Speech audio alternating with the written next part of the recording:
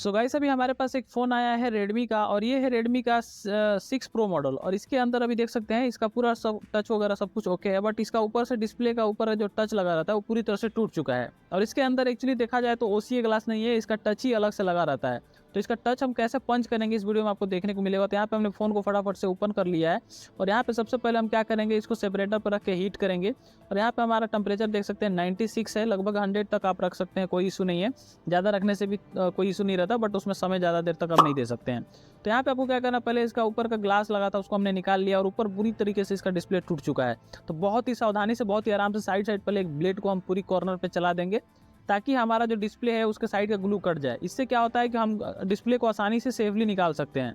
Display निकालना अपने experience पर डिपेंड करता है, जब तक आप खुद से नहीं करोगे तब तक आप 100% नहीं कर पाओगे। बट हमारा बस मकसद रहता है कि आपको जो चीज़ें हम बताएं उससे आप लोग थोड़ा बहुत अनुभव लेके आप ख़राब करने में, जो भी चीज़ें आप गलती कर रहे हो, अपने गलतियों सीख रहे हो, वो हमसे ही सीख जाओ ताकि आपका गलती ना हो। तो ये चीज़ हम बताने की कोशिश करते हैं। और यहाँ पे ओसीए पेपर को आपको कोशिश करना है कि थोड़ा सा गैप बना के, और हल्का सा भी कहीं से डिस्प्ले वगैरह टूटा हो, चुन्नी टाइप का निकला हो, तो चुन्नी निकाल के अंदर से आपको ओसीए पेपर घुसाना है। कई डिस्प्ले आसानी से निकल जाते हैं, कई डिस्प्ले थोड़ा दिक्कत करते हैं। तो ये डिस्प्ले तो बहुत ही आसानी से मेरे निकल गया, आप देख सकते हैं। यहाँ पे हमने उसी पेपर को जैसे ही नीचे घुसाया और ये डिस्प्ले बाहर आ गया, क्योंकि इसका ग्लू अच्छे से गर्म हो चुका था। तो यहाँ पे हमारा डिस्प्ले बाहर आ गया। तो अभी मतलब हमको क्या करना है, अभी इसका जो डिस्प्ले ऊपर का टच ग्लास उसको अभी हम कट करेंगे। कट करने के लिए हम वायर यूज कर रहे हैं अपना, ये 0.3 जो इसका चौड़ाई है वो बहुत ही पतला मतलब वायर है। तो यहाँ पे आपको क्या करना है, इसको सेपरेटर मशीन को पूरी तरह से हीट कर लेना है। हीट करने के बाद से आपको यहाँ पे कटिंग करना है। देखिए पहले आप कटिंग करते समय आप नीचे देख लीजिए कि आपका नीचे में कहीं कोई पोलराइजर के अंदर तो नहीं घुस रहा है वायर। अगर पोलराइजर के अंदर वायर घुसेगा तो फिर आपका पूरा मेहनत बहुत डबल हो जाएगा। तो आप लोग को ये चीज़ का ध्यान रखना है। और उसके बाद से जब पोलराइजर में नहीं घुसा है, वायर सही जगह पे चला गया, तो आपको पूरी प्रॉपर कटिंग नीचे तक कर लेनी है। और उसके बाद से आपको कटिंग फिर दोबारा करनी है, जिससे कि डिस्प्ले पर दबाव ना पड़े, आसानी से डिस्प्ले निकल जाए। ये चीज़ आपको ध्यान रखना है। तो चलिए फटाफट से इसकी कटिंग कर लेते हैं, और कटिंग करने के बाद से जो भी आगे होगा वो मैं आपको बताऊंगा। तो पहले यहाँ पे कटिंग करके आपको देख सकते हैं, यहाँ पे डिस्प्ले हमने पूरी प्रॉपर तरीके से निकाल ली है। यहाँ पे जो इसका वेस्ट ग्लास है उसको फेंक देना है। फेंक देने के बाद से यहाँ पे डिस्प्ले को पीछे की तरफ से नीचे रख के और ऊपर के ग्लू को अपने इस मोटर वाले मशीन से साफ़ कर लेना है, जो कि ग्लू साफ़ करने के लिए आता है, बहुत ही बेहतरीन काम आता है। और ये चीज़ तो आपको रखना ही रखना है। अगर आप पोलराइजर डिस्प्ले वगैरह का काम कर रहे हो तो ये मशीन आपको तो चाहिए ही चाहिए, क्योंकि ये हमारा बहुत ही ज़्यादा समय बचाता है और बहुत ही आसानी से हमारा काम कर देता है। तो यहाँ पे ये ग्लू देखिए कितनी आसानी से इसमें चिपकते जाते हैं और यहाँ पे उठते जाते हैं। यहाँ पे कई लोग सोचते हैं कि ऐसे मशीन में करने से कहीं ऐसा तो नहीं कि हमारा डिस्प्ले टूट जाएगा। तो मैंने जब से सीखा है, जब से सीखना स्टार्ट किया था और आज तक कभी भी इस मशीन से कभी मेरा डिस्प्ले डैमेज नहीं हुआ। हाँ, एक चीज़ ध्यान रखना है, जब आप लेंस की तरफ नीचे जिधर पत्ता लगा रहता है उधर की तरफ अगर आप कर रहे हैं तो थोड़ा सावधानी रखिए कि कहीं पत्ता को लपेट न ले या फिर डिस्प्ले के नीचे मत घुस जाए, क्योंकि गोल गोल तेज घूमते रहता है तो कई बार वो नीचे घुस जाता है। तो ये चीज़ का ध्यान रखना है। कॉर्नर पे जब आप करें तो थोड़ी सावधानी बरतें, बाकी बीच में कोई दिक्कत नहीं होती है। और दूसरी चीज़, ग्लू को जब लपेट रहा है तो उस समय भी थोड़ा आराम से काम करें, ताकि आपका डिस्प्ले का जो ग्लू है वो दबाव ना डाले ज़्यादा डिस्प्ले के ऊपर। तो 2-4 चीज़ों का हमें ध्यान रखना पड़ता है। यहाँ इस डिस्प्ले के अंदर चूँकि एलसीडी डिस्प्ले है तो इसमें कई परतें होती हैं, तो कई बार उसमें अंदर कुछ ना कुछ कचरा वगैरह घुस जाता है। तो ऐसे में हमें उसको साफ़ वगैरह कर लेना है।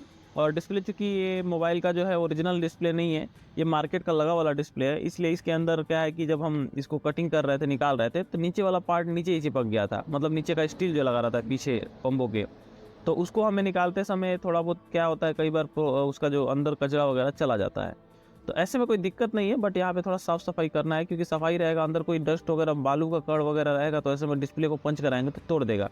तो इसलिए हमें सफाई सबसे ज़्यादा ज़रूरी रखनी है कि सफाई हमेशा एकदम प्रॉपर है।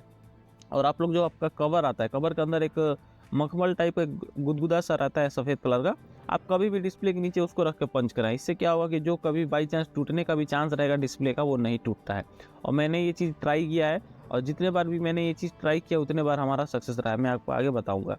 तो यहाँ पे अभी हमारा सब कुछ हो गया। अब हमारा टच जो है वो अलग से आता है, तो हमें पहले चेक कर लेना है डिस्प्ले और टच दोनों को, कि हमारा प्रॉपर वर्क कर रहा है कि नहीं कर रहा है, टच अच्छे से काम कर रहा है कि नहीं, डिस्प्ले सही से दिख रहा है कि नहीं। तब जाकर पंच कराना है। पता चले कि डिस्प्ले ख़राब हो गया या फिर टच ही वर्क नहीं कर रहा, आपने पंच करा दिया, तो ऐसे में फिर आपका काम बढ़ जाएगा, डबल हो जाएगा। इसलिए आपको चेकिंग तो सबसे ज़रूरी करनी है। कोई भी डिस्प्ले है, जब आप कोई भी काम कर रहे हो तो सबसे पहले चेकिंग कर लो। तो यहाँ पे हमारा चेकिंग 2-3 बार होता है। पहला चेकिंग जब हम पूरा साफ़ सफाई कर लेते हैं, तब जो अभी कर रहे हैं। दूसरा चेकिंग हम जब करेंगे, जब मोबाइल से निकालेंगे डिस्प्ले तब। और तीसरा चेकिंग लास्ट में कॉम्बो लगाने से पहले।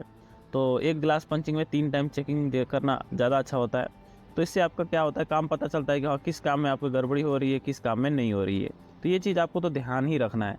तो यहाँ पे आप देख सकते हैं हमारा सारा काम फाइनली कंप्लीट हो चुका है। अब यहाँ पे हम ओसीए लगाएंगे, क्योंकि हमारा जो हम ग्लास मंगाते हैं, कभी भी ग्लास मंगाइए तो आप बिना ओसीए के साथ मंगाइए, और अगर टच मंगाइए तो ओसीए के बिना मंगाइए, क्योंकि ओसीए वाला टच बहुत महंगा आता है। तो इसलिए आपको ओसीए वाला टच बिना ओसीए का मंगाना है। तो यहाँ पे आप देख सकते हैं हमारा जो ग्लास है वो प्रॉपर लग चुका है। अब आपको यहाँ पे क्या करना है, यहाँ पे इसको अच्छे से बैठा लेना है। इसके बाद आपको यहाँ पे क्या करना है, इसका जो भी साइड का ओसीए पेपर है उसको आसानी से कटिंग कर लेना है, क्योंकि इसको कटिंग कर लेने के बाद से हमारा जो फिनिशिंग है वो बहुत ही अच्छा आएगा। तो यहाँ पे साइड साइड से हम ओसीए को कटिंग कर लेते हैं। ब्लेड कभी भी नया ब्लेड का यूज करिए, क्योंकि नया ब्लेड यूज करने से हमारी कटिंग एकदम फिनिशिंग के साथ होती है। तो आप लोग ब्लेड को तो सबसे ज़्यादा ज़रूरी है, जिस तरह से दाढ़ी बनाते समय बार बार उसको चेंज करते हैं नाई लोग, उसी तरह से आपको भी चेंज करना है जब भी आप डिस्प्ले चेंज करें। तो एक चीज़ ध्यान रखना है, जैसे एक नया डिस्प्ले, एक नया मतलब ब्लेड ले रहे हैं तो उसे 2-4 बार कर सकते हैं, कोई इशू नहीं है। 2 से 4 बार आप उसको यूज़ कर सकते हैं, उसके बाद आपको उसका चेंज ही कर देना है। इससे क्या होता है कि काम बहुत ही अच्छे तरीके से होता है। आपका अगर कहीं बाई चांस पोलराइजर कट गया, तो पोलराइजर क्या हार्ड होता है, तो उसको तो कटिंग करने के लिए नया ब्लेड तो यूज करना ही करना है, वो तो कंपलसरी है। तो यहाँ पे हम एक बार थोड़ा सा इसको बबल रिमूवर में डाल देंगे, ताकि ओसीए जो हमने लगाया है उस पर कोई बबल वगैरह हो तो उसको आसानी से वो बाहर चिपक जाए, अंदर निकल जाए। उसके बाद से हमारा ऊपर से ग्लास पंचिंग करने से हमारा फिनिशिंग बहुत ही अच्छा आएगा। तो यहाँ पे हमारा सारा काम कंप्लीट हो चुका है, और यहाँ पे अब आपको क्या करना है, यहाँ पे सारे मशीन वगैरह को चालू कर लेने हैं, क्योंकि मशीन हम पहले से चालू करके रखेंगे तो हमारा काम फटाफट होगा। क्योंकि अगर आप ओसीए के ऊपर आप ग्लास लगा के अगर आप ऐसे छोड़ देते हो, तो ऐसे में क्या होता है कि आपका जो फ़ोन है वो ग्लास अच्छे से पंच नहीं हो पाता, बीच में बबल वगैरह रह जाते हैं अगर ज़्यादा देर तक छोड़ दोगे आप तो ये चीज़ के ध्यान रखना पड़ता है आपको।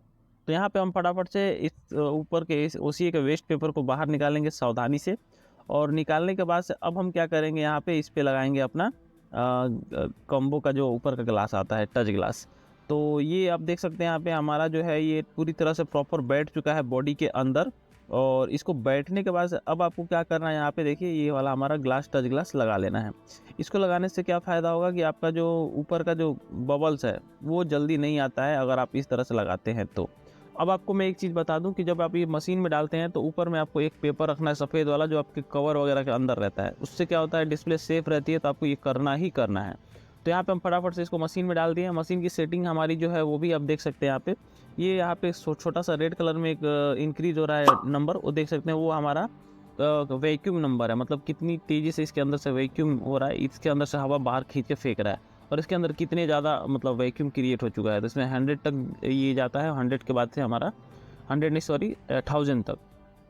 उसके बाद हमारा मशीन जो है वो अपना काम करना शुरू कर देता है। अभी आपको पंचिंग की टाइम जो रखनी है वो 12 या 13 मिनट 13 सेकेंड रखनी है। जैसे कि जो पंचिंग करने के बाद से जो मशीन हमारा नीचे जाता है पंचिंग करके, और उस डिस्प्ले को पंच कराता है, सबसे लास्ट वाला ऑप्शन का, उसकी बात कर रहा हूँ मैं।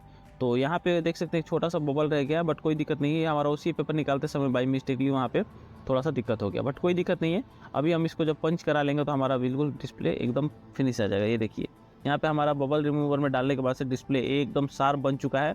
अब आपको कुछ नहीं करना है, बस सिंपल सा इसको एक बार चेक कर लेना है कि हमारा जो ये डिस्प्ले है ये प्रॉपर मतलब सही है कि नहीं है, क्या है। तो चेक करने के बाद से हमारा काम कंफर्म हो जाएगा। तो ये लास्ट चेकिंग है। इस बार हमारा चेकिंग होने के बाद हम इस कॉम्बो को फिट करके कस्टमर को दे देंगे। सो ये हम अपना डिस्प्ले को यहाँ पे फिट कर लेते हैं और चेक करके देखते हैं कि हमारा डिस्प्ले कैसा है। तो ये साइड से हमारा टच वाला पत्ता भी लगा देना है और कॉम्बो का पत्ता लगा देना है, और उसके बाद इसको हम चेक करके देखते हैं।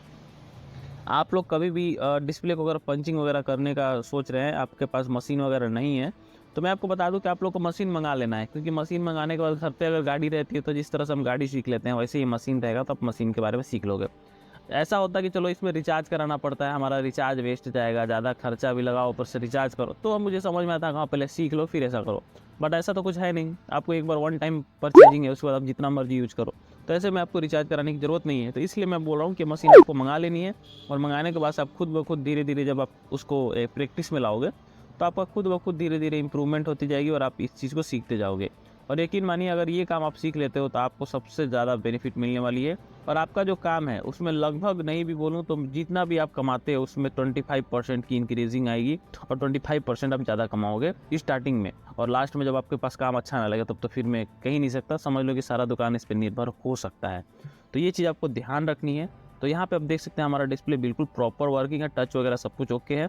तो उम्मीद करता हूँ ये वीडियो आप लोगों को पसंद आया होगा। अगर वीडियो अच्छा लगा होगा तो लाइक करिएगा और चैनल को इसी प्रकार की वीडियो देखते रहने के लिए सब्सक्राइब कर लीजिएगा। धन्यवाद।